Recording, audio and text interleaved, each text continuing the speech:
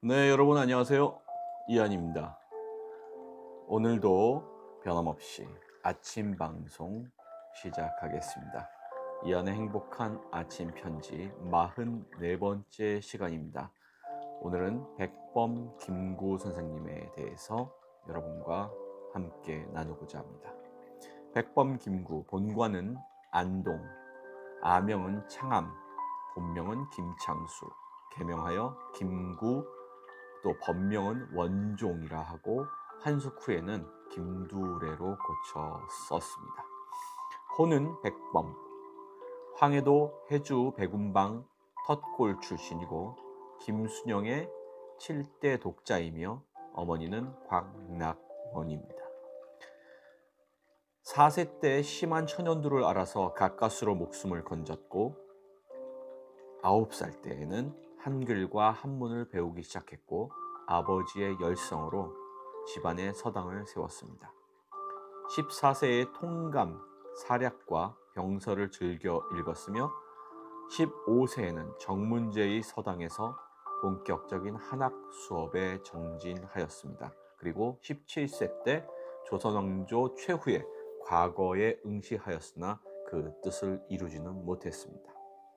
벼슬자리를 사고 파는 부패된 세태의 울분을 참지 못하여 18세에 동학에 입도하였으며 황해도 도유사의 한 사람으로 뽑혀서 제2대 교주 최시형을 만났습니다. 19세 때 팔봉 접주가 되어 동학군의 선봉장으로 해주성을 공략하였는데 이 사건으로 1895년 신천 안태훈의 집에 은거하며 단중군과 함께 지냈다고 합니다. 또한 해서 지방의 선비 고능선 문화에서 훈도를 받았고 항일 의식을 참지 못하여 압록강을 건너서 남만주 김희연의 의병 부대에 몸을 담기도 했습니다. 을미사변으로 충격을 받고 귀향을 결심했습니다. 1896년 2월 안약치하포에서 스치다를 맨손으로 처단하여 21세의 의혈 청년으로 국모의 원한을 푸는 것 그 첫 거사를 결행하였다고 합니다. 그해 5월 집에서 은신 중에 체포되어 해주 감옥에 수감되었고 7월 인천 감리형에 이감되었으며 다음 해인 1897년 사형이 확정되었습니다. 사형 직전에 집행정지령이 내려져서 생명을 건질 수는 있었지만 석방이 되지 않아서 이듬해 봄에 탈옥하였습니다. 삼남일대를 떠돌다가 공주 마곡사에 입산하여 승려가 되어 원종이란 법명을 받았고 1899년 서울 세절 봉원사를 거쳐서 평양 근교 대보산 영천함의 주지가 되었다가 몇 달 만에 환속하였다고 합니다. 수사망을 피해 다니면서도 황해도 장현에서 봉양학교 설립을 비롯하여 교단 일선에서 계몽, 교화 사업을 전개하였으며 20대 후반에 기독교에 입교하여 진남포 예수교회 에버트 청년회를 몸을 담으면서 총무로 일을 했다고 합니다. 이런 가운데 1905년 을사조약이 체결되자 상경하여 상동교회 지사들의 조약 반대 전국 대회에 참석하였으며 이동영, 이준, 전덕기 등과 을사조약의 철회를 주장하는 상소를 결의하고 대한문 앞에서 읍소하면서 종로에서 가두연설에 나서기도 했습니다. 한편 종로에서 가두연설에 나서기도 하여 구국대열에 앞장섰는데요. 1906년 해서교육회 총감으로 학교 설립을 추진했고 다음에 안락에 양산학교를 세웠습니다. 1909년 전국 강습소 순회에 나서서 애국심을 고취하는 한편 재령보강학교 교장이 되었습니다. 그때 비밀단체 신민회의 회원으로 구국운동에 가담하였습니다. 그해 가을 안중근의 거사에 연루되어 해주 감옥에 투옥되었다가 석방되었다고 합니다. 그 뒤 1911년 1월 데라우치 총독의 암살을 모의했다는 혐의로 안명근 사건에 관련자로 체포되어 17년형을 선고받습니다. 1914년 7월 감형으로 형기 2년을 남기고 인천으로 이감되었다가 가출, 오겨 김홍량의 동산평 농장관리인으로 농촌 부흥 운동까지 주력했다고 하네요. 1919년 3.1 운동 직후에 상해로 망명하여 대한민국 임시정부의 초대 경무국장이 되었고 1923년 내무총장, 1924년 국무총리 대리, 1926년 12월 국무령에 취임하였습니다. 이듬해 헌법을 제정, 임시정부를 위원제로 고치면서 국무위원이 되었습니다. 1929년 제중국 거류민단 단장을 역임하였고 1930년 이동영, 이시영 등과 한국 독립당을 창당하였습니다. 1931년 한인 애국단을 조직했고요. 의혈 청년들로 하여금 직접 외적 순회에 도륙항전에 투신하도록 지도력을 발휘했다고 합니다. 이에 중국군 김홍일 및 상해 병공창 송식표의 무기 공급과 은밀한 거사 준비에 따라 1932년 18 이봉창의 의거 그리고 429 윤봉길의 의거를 주도한 바 있는데 윤봉길의 의거가 크게 성공하여 이름을 떨쳤습니다. 1933년 장개석을 만나서 한중 양국의 우위를 돈독히 하고 중국 리양 군관학교를 광복군 무관양성소로 사용하도록 합의를 본 것은 주목받을 성과였다고 하네요. 독립운동가들에게 그때 큰 용기를 주었습니다. 1934년 임시정부 국무령에 재임되었고 1940년 3월 임시정부 국무위원회 주석에 취임하였습니다. 같은 해 충칭에서 한국광복군을 조직하고 총사령관의 지청천, 참모장의 이범석을 임명하여 항일무장부대를 편성하고 일본의 진주만 기습에 즈음하여 1941년 12월 대한민국 임시정부의 이름으로 대일선전 보고를 하면서 임전태세에 돌입하였죠. 1942년 7월 임시정부와 중국 정부 간의 광복군 지원에 대한 정식 협정이 체결되어 광복군은 중국 각 처에서 연합군과 항일 공동작전에 나설 수 있었습니다. 그 뒤에 개정된 헌법에 따라서 1944년 4월 충칭 임시정부 주석으로 재선이 되었고 부주석에 김규식, 국무위원회 이시영, 박찬익 등이 함께 취임하였습니다. 그리고 일본군에 강제 징집된 학도병들을 광복군에 편입시키는 한편 산시성 시안에 그리고 안후이성 그리고 푸양 이런 곳에 한국 광복군 특별훈련반을 설치하면서 미 육군 전략처와 제휴하여 비밀 특수 공작 훈련을 실시하는 등 중국 본토와 한반도 수복의 군사 훈련을 적극 추진하고 지휘하던 중에 시안에서 8.15 광복을 맞게 됩니다.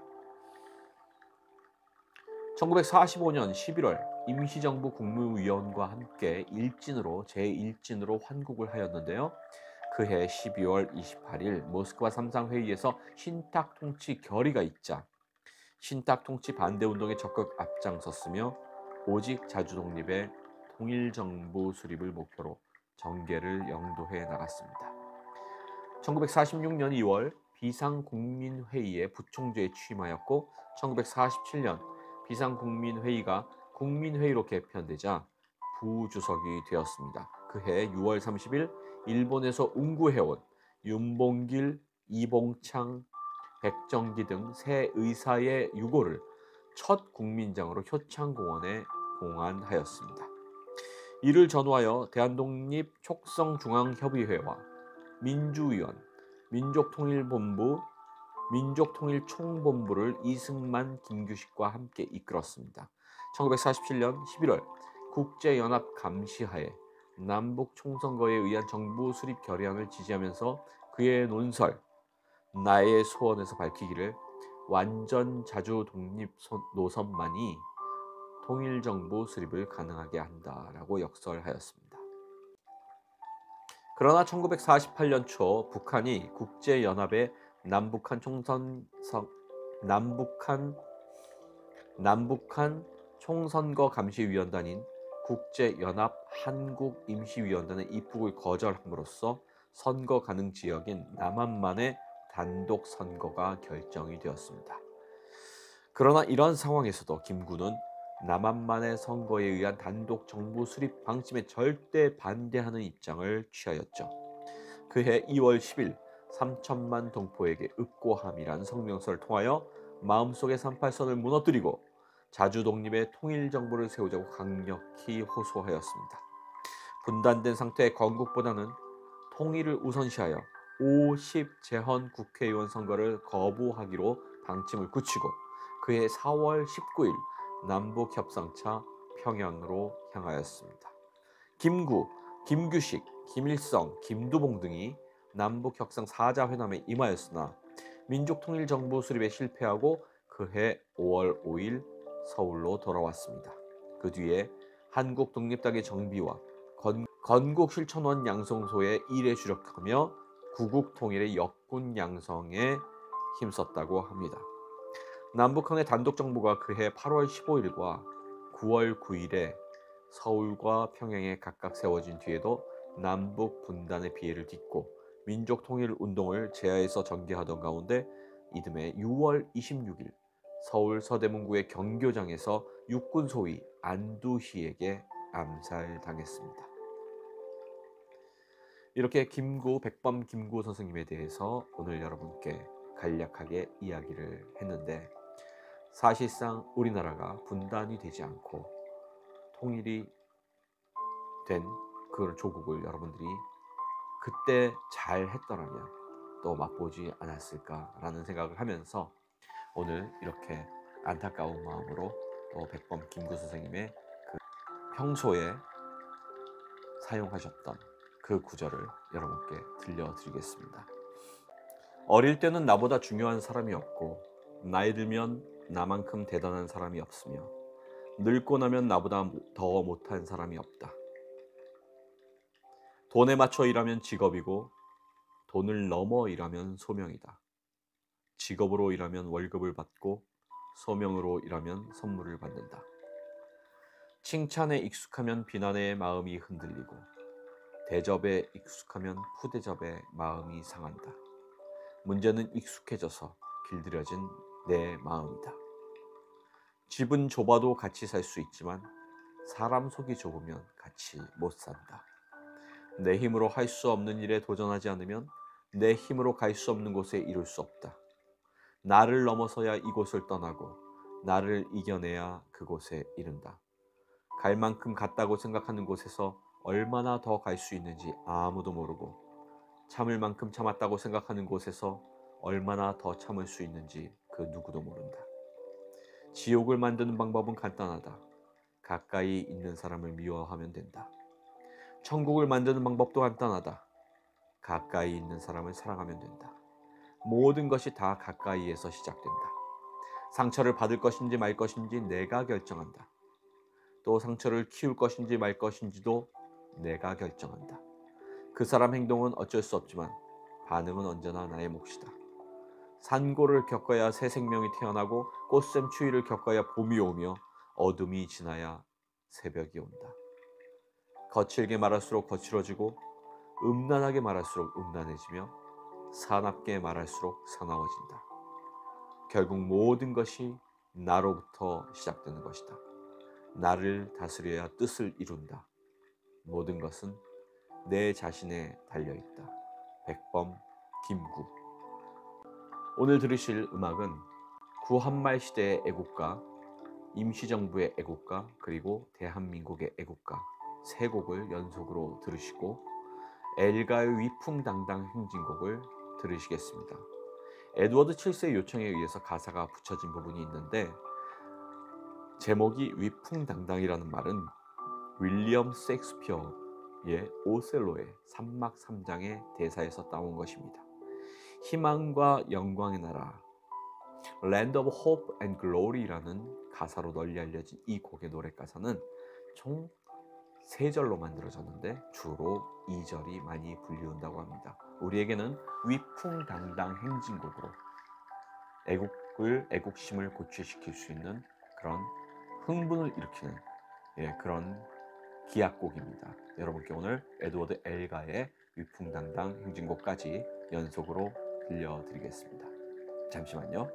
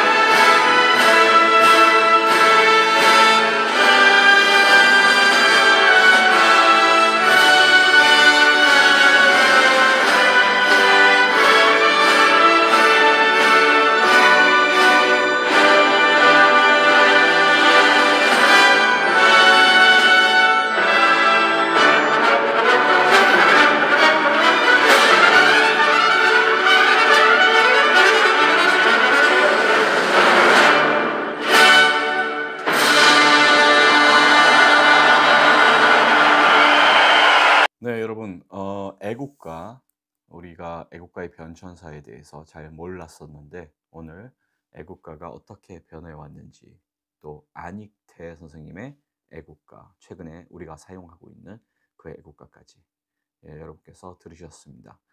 임시정부에서 사용했던 그 애국가는 제가 또 고등학교 시절에 또 방송국에서 불렀던 기억도 있고, 그리고 또 그 전에 구한말 애국가도 굉장히 우리에게 심금을 울리는, 예, 그런 가사와 또 그런 곡이, 예, 마치 한국의 음악인 어떤 그런 느낌이 딱 들면서 굉장히 좋은 면이 있었다라는 생각이 듭니다. 그런데 지금 사용하고 있는 애국가에 대한 논란이 좀 있죠. 예. 솔직히 말씀드려서 뭐 작곡가 안익태가 친일 행적이 있다, 이런 것에 대해서 굉장히 많은 이야기들이 있습니다. 그러나 저는 개인적으로 그렇게 생각합니다. 그 당시에 살아보지 않은 이상 우리가 어떻게 어떤 선택을 할 수 있었으며, 그리고 과연 우리도 그런 말을 듣지 않을 자신이 있는가, 예, 그런 생각도 한번 해보면서 그 시대가 낳은 어쩔 수 없는 상황들, 그런 것들을 우리가 이해해야 된다라고 저는 개인적으로 생각을 합니다. 그래서 누구는 친일파고 누구는 친일파가 아니다라고 말을 할 수 없는 그런 부분이 있다라는 생각이, 같은 음악가로서 그런 생각이 드네요. 그리고 연속해서 또 엘가의 위풍당당 행진곡을 들으셨는데, 예, 영국인들의 자긍심을 느낄 수 있는, 예, 그런 곡이었습니다. 베를린 필하모니 오케스트라의 곡으로 들으셨습니다. 여러분들 오늘도 백범 김구 선생님의 그 말씀을 가슴에 새기고 또 하루를 힘차게 또 시작하는 그런 날이 되셨으면 좋겠습니다. 오늘 아침에도 여러분을 응원하면서 오늘 방송을 마치겠습니다. 감사합니다.